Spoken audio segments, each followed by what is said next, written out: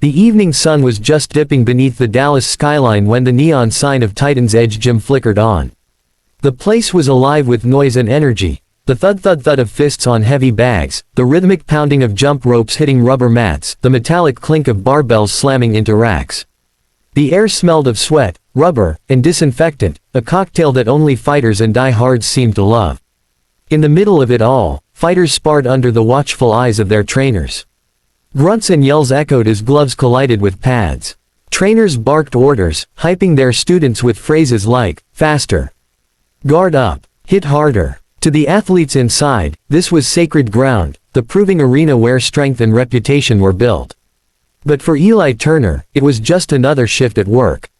Eli moved quietly across the gym floor, a mop in his hands, bucket squeaking behind him on stiff plastic wheels.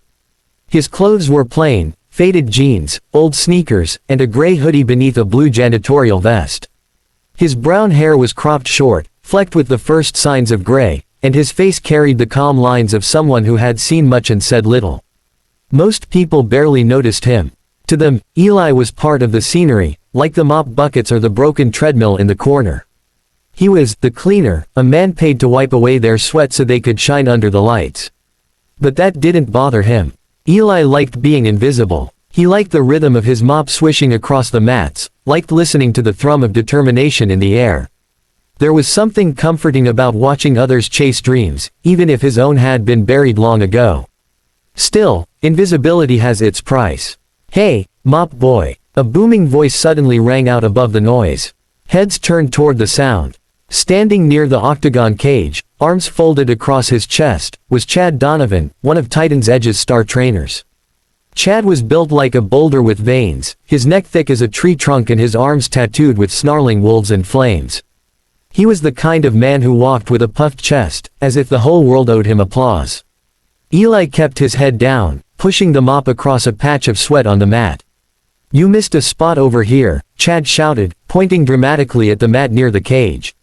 "Careful, or one of my boys might slip and break their neck. Then we'd have to fire you. And who'd mop up then, huh?" A ripple of laughter spread through the fighters gathered around. A few chuckled nervously, others laughed a little too hard, eager to stay on their coach's good side. Eli gave a polite nod and rolled his bucket closer. "Yes, sir," he said quietly, dipping the mop again. But Chad wasn't done. His grin widened, and he leaned against the cage. "You know, fellas, I bet our janitor here doesn't even know what a real punch feels like. He's probably never been in a fight in his life." The laughter grew louder. Some of the younger fighters smirked. One of them, a lanky kid with nervous eyes, shifted uncomfortably. "Come on, coach," he muttered under his breath. "Leave him alone. He's just doing his job." But Chad's ears perked up. "What was that?" he barked, glaring at the kid. The boy looked down quickly, mumbling, "Nothing, sir." Satisfied, Chad turned back to Eli. He strode over with the swagger of a man who believed the room belonged to him. His footsteps echoed across the mat. When he reached Eli, he didn't speak right away. Instead, he planted his foot on the mop head and flicked it aside, the wooden handle clattering against the floor. The room fell silent. Eli looked up slowly, his calm eyes meeting Chad's. There was no fear there, no defiance, just a steady patience, the kind that can make arrogant men feel uneasy. "You spend all day cleaning our sweat," Chad sneered, his voice loud enough for the entire gym to hear. "Let's see if you can earn your place in this gym. How about a little spar, huh? You and me. I'll go easy on you." A few fighters exchanged glances. Phones came out. This was entertainment. Everyone wanted to see the janitor get humbled. Eli bent down and picked up his mop, setting it gently back into the bucket. His voice, when he spoke, was quiet but firm. "I don't want any trouble. I just do my job." That answer should have ended it. But men like Chad never let things end quietly. "Oh, come on," Chad boomed. "What's the matter? Afraid? Don't worry, I won't hit you too hard. We'll call it a cleaning lesson." The fighters chuckled again. Even the receptionist leaned over the counter, curious. Eli turned to walk away, but Chad shoved him in the shoulder, hard enough to make the bucket slosh water across the floor. "Trouble found you, mop boy," Chad said with a smirk. "Get on the mat, unless you want everyone to know you're a coward." The younger fighter who had spoken earlier stepped forward. "Coach, Seriously, this isn't right. He didn't ask for this.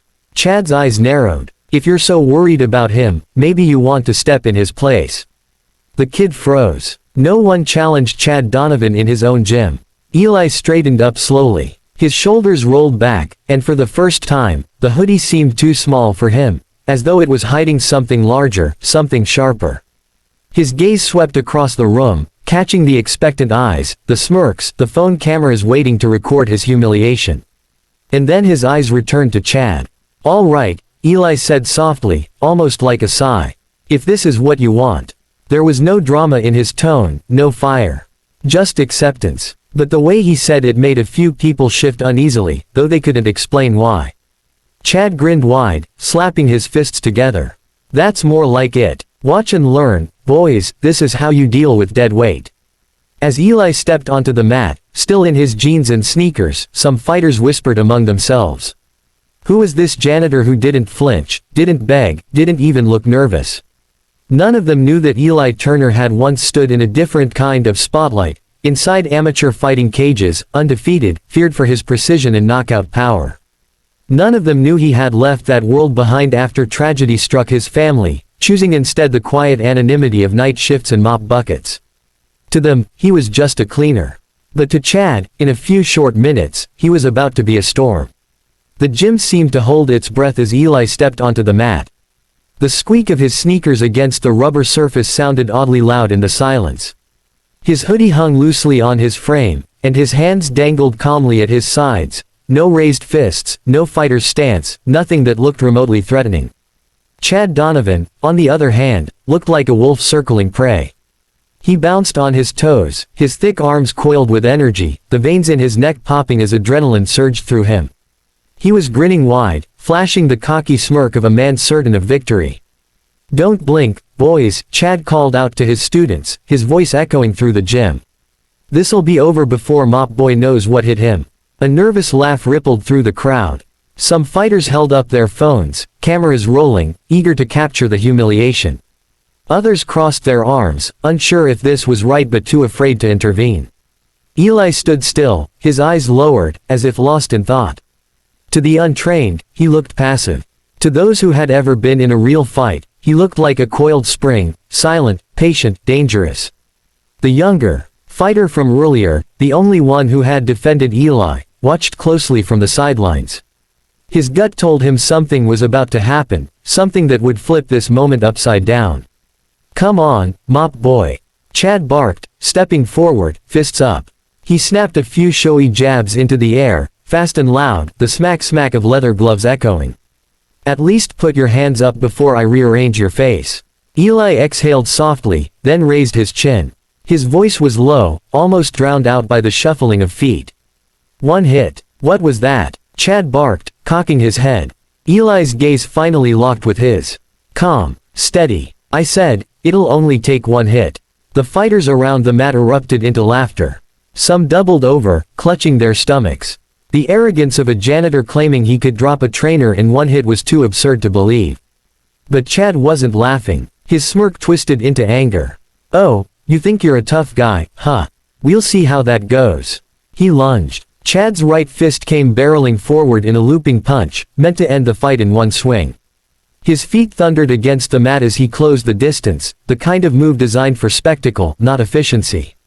Eli moved differently. No wasted motion, no panic, just precision. As Chad's fist cut through the air, Eli slipped his head just an inch to the left, close enough to feel the breeze of the punch. In that same heartbeat, Eli's body twisted, hips driving forward, his right hand exploding upward in a short, brutal hook. Crack! The sound echoed like a gunshot in the gym. Chad's head snapped violently to the side, his eyes rolling back before his body even knew what had happened. His legs buckled, and he crumpled to the mat in a heap, his cheek pressed into the rubber, mouth hanging open. The room froze. No laughter. No jeering. Just stunned silence. Phones that had been recording now trembled in shocked hands. Someone dropped theirs with a loud clatter. The receptionist gasped so loud it echoed across the space. Eli lowered his fist slowly, shaking it once as though loosening stiff knuckles. His face was calm, not triumphant, not angry, just calm, like a man who had done exactly what he said he would. Chad groaned faintly, his body twitching on the mat, but he was out cold. Eli looked around at the sea of stunned faces. His words came softly, but they carried like thunder. Respect is free. Don't wait until someone knocks it into you. The younger fighter stepped forward, his eyes wide with awe. Who are you? He asked, his voice barely above a whisper. Eli gave him the faintest of smiles. Just the cleaner. And with that, he stepped off the mat, pulled his mop from the bucket, and went back to work, wiping sweat and water as if nothing had happened. The fighters parted silently to make way for him, their eyes following him with a new kind of respect. No one jeered. No one mocked. The only sound was the soft swish of the mop on the rubber floor. Dash dash dash. But the silence didn't last. One by one, whispers began. Did you see how fast he moved? That wasn't luck, he knew what he was doing. He dropped Coach Donovan in one punch. The whispers grew into murmurs, and the murmurs into hushed conversations. The story was already spreading like wildfire. The janitor, quiet, overlooked Eli, had just done what none of them had ever dared dream. Knock out Chad Donovan, the man who had trained them, in a single blow. Some fighters felt shame for laughing earlier. Some felt awe, and some felt something else entirely, inspiration. If a man who mopped floors by night carried that kind of hidden power, what did that say about strength, about humility, about judging others? The younger fighter lingered by the mat, staring at Chad, who was finally being helped upright by two assistants, his pride broken more than his body. The kid glanced back at Eli, who was calmly wringing out his mop, as if nothing out of the ordinary had occurred. That image etched itself into his mind. The janitor didn't boast. He didn't strut. He didn't record himself and post it online. He simply did his job and left the truth to speak for itself. Later that night, long after the fighters had left, Eli wheeled his bucket toward the back exit. The younger fighter approached him quietly, almost shyly. Mr. Turner, right? The boy asked. Eli paused, surprised the kid knew his name. That's right. I just wanted to say, the boy hesitated, then swallowed hard. Thank you for showing me what real strength looks like. Eli studied him for a long moment, then placed a hand on the kid's shoulder. Strength without humility is just weakness in disguise. Remember that. The boy nodded firmly, as though those words had carved themselves into his chest. Eli left without another word, disappearing into the Dallas night, his mop and bucket rattling in the back of his old truck.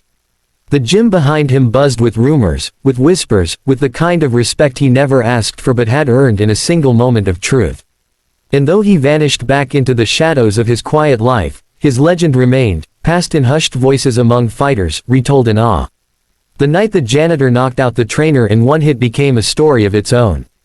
Dash dash dash. Moral of the story. Never judge a person by their job, their silence, or their appearance. True strength is not loud, arrogant, or boastful. It is humble, patient, and revealed only when needed. The quietest among us may carry the most powerful punch, both in body and in character.